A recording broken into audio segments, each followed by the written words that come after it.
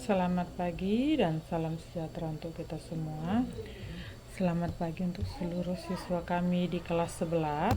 Oke, minggu lalu kita sudah ulangan harian pertama. Jadi, sekarang kita masuk ke materi kita selanjutnya, yaitu buka bukunya halaman 27, bab 2.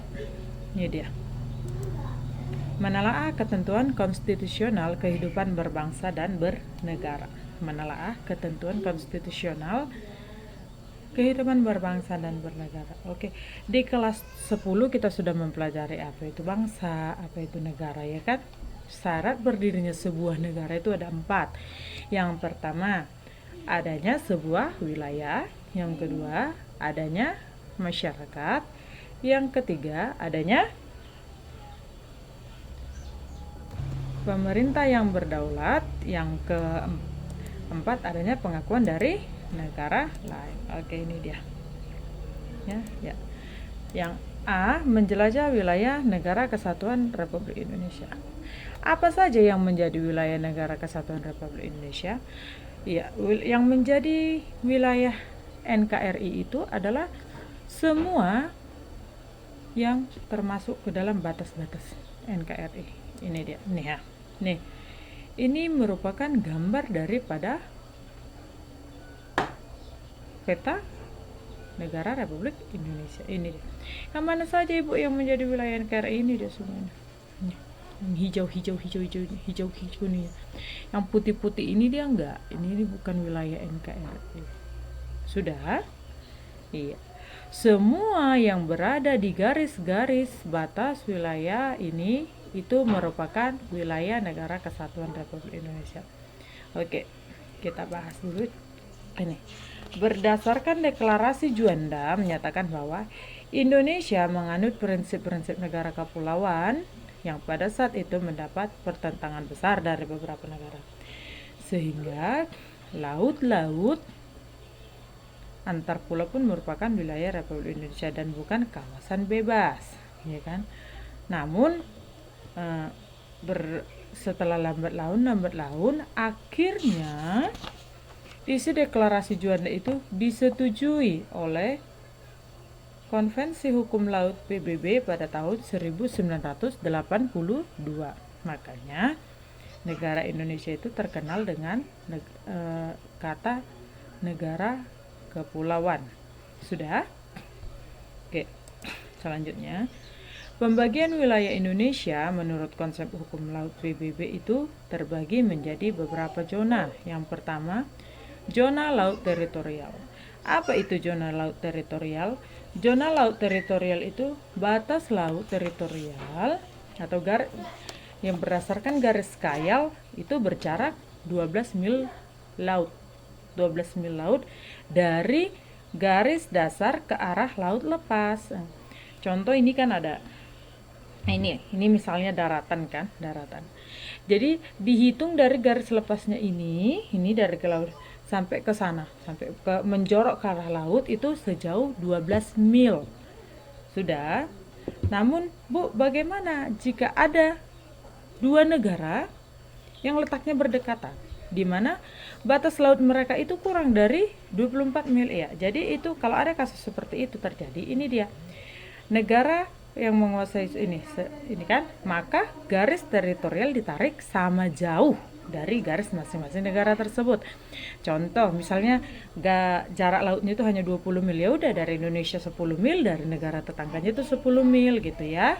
Sudah, itu dia berdasarkan zona laut teritorial. Nah, jadi yang sejauh 12 mil itu negara memiliki kekuasaan atau kedaulatan penuh terhadap batas lautnya. Nah, semua yang sejauh 12 mil itu negara tersebut memiliki kedaulatan penuh terhadap hasil lautnya, contoh terhadap ikan-ikannya, terhadap terumbu karangnya, semua itu merupakan hak dari wilayah atau negara tersebut. Sudah. Selanjutnya, namun walaupun demikian, setiap negara juga memiliki kewajiban untuk menyediakan jalur pelayaran internasional atau jalur pelayaran lintas untuk kapal-kapal itu bisa lewat. Sudah? Oke. Selanjutnya, zona landasan kontinen. Kontinen ini artinya benua, ya. Landasan kontinen adalah dasar laut yang secara geologis maupun morfologi merupakan lanjutan dari sebuah benua. Kedalaman lautannya kurang dari 150 meter. Indonesia itu terletak di antara dua kontinen atau dua benua, yaitu benua Asia dan benua Australia. Iya. Sedangkan batas landasan benua tersebut itu diukur dari garis dasarnya itu hanya sejauh 200 mil laut. Sudah? Selanjutnya ini dia. Zona ekonomi eksklusif. Zona ekonomi eksklusif adalah jalur laut selebar 200 mil laut ke arah laut terbuka yang diukur dari garis dasar. Oke, ini dia. Selanjutnya kita mempelajari mengenai batas wilayah NKRI. Oke. Yang tadi kan di peta tadi ada kan batas wilayah NKRI. Oke. Di sebelah utara NKRI itu berbatasan langsung dengan negara Malaysia. Itu lebih tepatnya itu Pulau Kalimantan, ya. Pulau Kalimantan itu kan di utaranya itu berbatasan dengan Malaysia.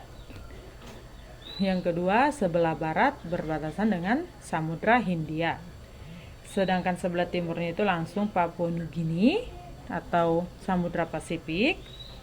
Dan sebelah selatannya itu berbatasan langsung dengan Timor Leste. Sudah? Oke, ini dia, tunggu ya biar Ibu kasih tunjuk tadi. Ini dia. Ini kan? Ini dia. Sebelah utaranya ini kan? Nah, ini dia sebelah utaranya tadi berbatasan langsung dengan Malaysia. Sudah? Sedangkan sebelah baratnya berbatasan dengan apa? Samudra Hindia di sini. Sudah? Sedangkan sebelah timurnya berbatasan dengan ini dah, Papua Nugini di sini. Ya kan? Sedangkan sebelah selatannya di sini dia berbatasan dengan Timor Leste dan perairan Australia. Oke, sudah? Sampai di situ paham ya? Mengenai batas-batas wilayah Indonesia. Ya. Semua yang berada di wilayah ini, yang berada di daerah ini, yang ini, itu merupakan hak mutlak atau kedaulatan mutlak yang dimiliki oleh Negara Kesatuan Republik Indonesia. Oke, setelah kalian melihat video ini, silahkan kalian lihat buku kita halaman berapa ini, tunggu lihat ya. Iya.